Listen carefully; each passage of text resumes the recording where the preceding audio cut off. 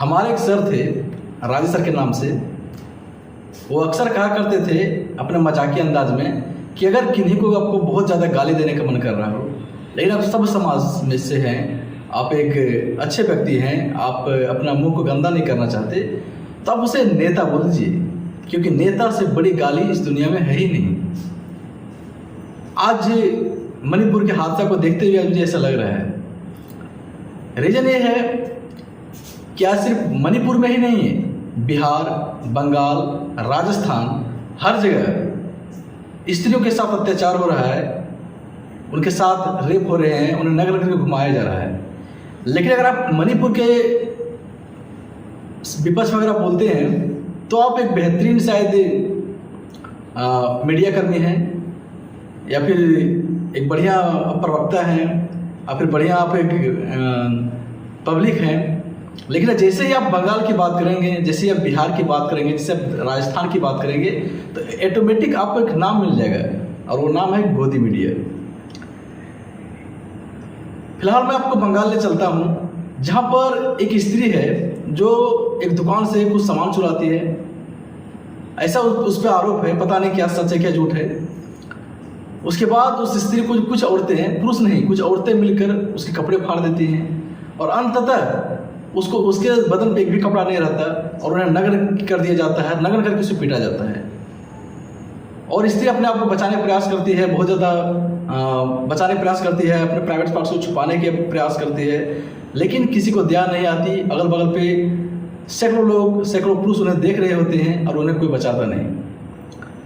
वहीं अगर बिहार चले जाए तो बिहार में एक स्त्री एक पुरुष के साथ आपत्तिजनक स्थिति में मिलते हैं, तो लोग पहले तो उनका वीडियो बनाते हैं, और बाद में उन्हें भी नग्न करके उन्हें पूरा पीटते हैं। ये सब घटना है, और मणिपुर का घटना तो आप लोग जान ही रहे हैं। तो कुल मिला के मेरा कहना यह है कि अगर मणिपुर में ऐसा घटना हो रहा है तो उसके खिलाफ बोलना चाहिए, बिल्कुल बोलना चाहिए।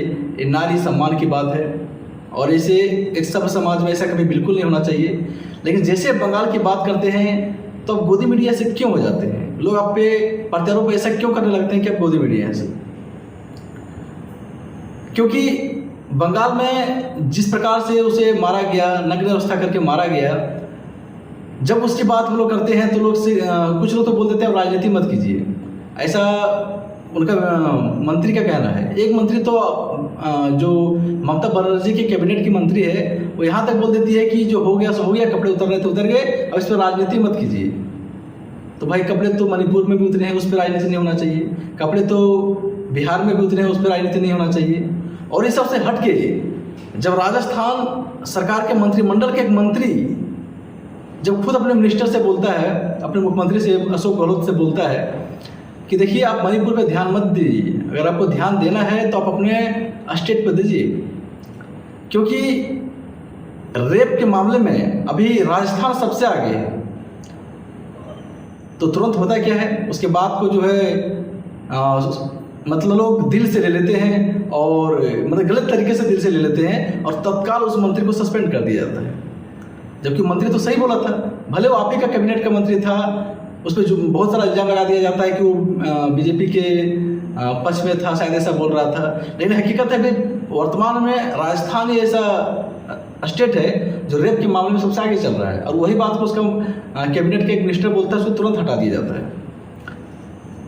इतना ही नहीं, जब सदन में बात उठने लगती है तो एक मंत्री यहाँ तक बोल देता है कि रेप तो होना ही है, क्योंकि राजस्थान तो मर्दों का देश है, मर्दों का राज्य है। और लोग ठहाके मार के हंसने लगते हैं, मतलब किसी को शर्म तक नहीं आती कि बोल क्या रहा है।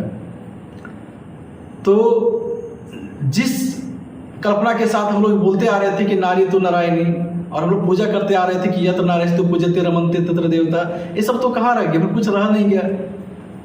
चाहे मणिपुर की बात हो, चाहे बंगाल की बात हो, चाहे बिहार की बात हो।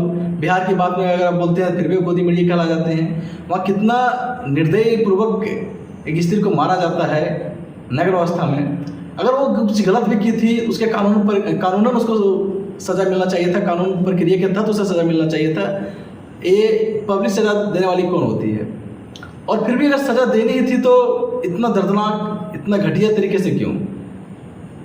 क्या उन्हें पता नहीं है कि स्त्री का सम्मान भारत में कितना अत्यधिक है?